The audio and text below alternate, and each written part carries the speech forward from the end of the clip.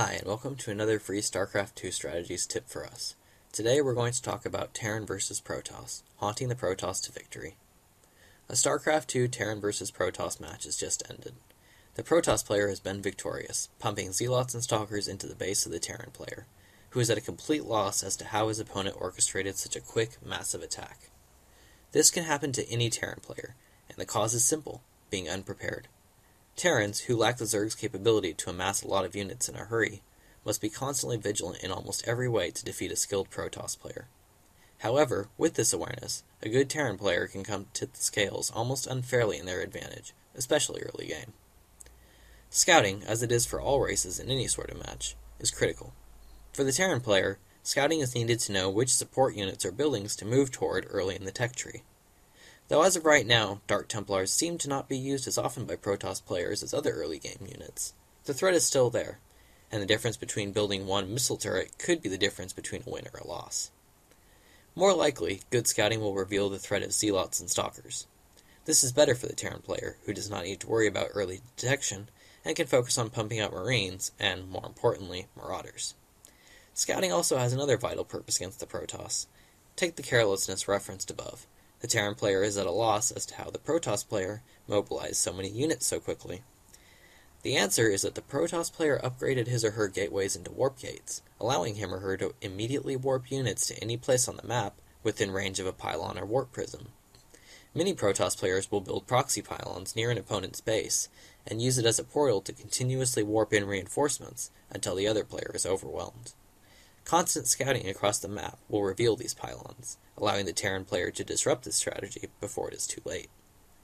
Regardless of what the Protoss player amasses, a good Terran force to counter should consist of a large group of Marines backed up by several Marauders, commonly referred to as M&Ms. If possible, the Marauders' concussive shells upgrade should be researched, which slows enemy units by 50%. This will heavily cripple the effectiveness of Zealots if micro is done well. Teching up to medevacs will obviously be a boon to infantry units, but will take too long for those looking to launch an early assault. If an initial attack is rebuffed, a couple medevacs will work wonders in future strikes. Also, always be sure to keep a healthy supply of Marines to counter a Protoss player who tries to tech straight up to Void Rays. If the match continues into mid-game, the Terran player will need to shift strategy a bit. To counter M&Ms, the Protoss player will likely produce Immortals and Colossi, which will devastate Terran infantry units en masse.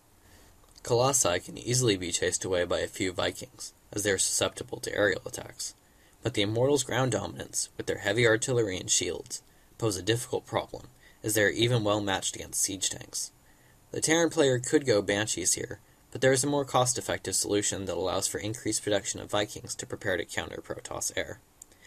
This solution is actually a must for any Terran player facing off against any Protoss player: the Ghost. Often forgotten in StarCraft 1, the Ghost is back with a vengeance in StarCraft 2. The Ghost has inherited the bygone science vessel's EMP shockwave ability, which comes naturally and does not need to be researched. Early in mid-game, a couple of well-placed EMP shockwaves will obliterate Protoss shields, allowing Marauders in particular to mow down entire armies. The Immortals and Archons, which rely heavily on the protection of those shields, will be rendered nearly helpless. The faster a Terran player can tech up to Ghosts, the better chance he or she will have of being victorious. As always, building a Terran wall, usually a barracks and 2 adjacent supply depots at the base's choke point, will buy the Terran player enough time to tech up to what is needed to dominate the Protoss player. It is critical to pump out Marauders as quickly as possible, though, as Marines are still dominated by Zealots in StarCraft 2. Usually, 3 or 4 barracks need to be built to produce a proper ground army fast enough. If quickness is there and micromanagement skills are sharp enough, the Terran versus Protoss matchup is actually a fairly advantageous one for the Terran player. Thanks for joining us today, and don't forget to visit our website to get instant access to our free 7-day mini-course, packed with StarCraft 2 strategies. Click on the link below to visit our website right now.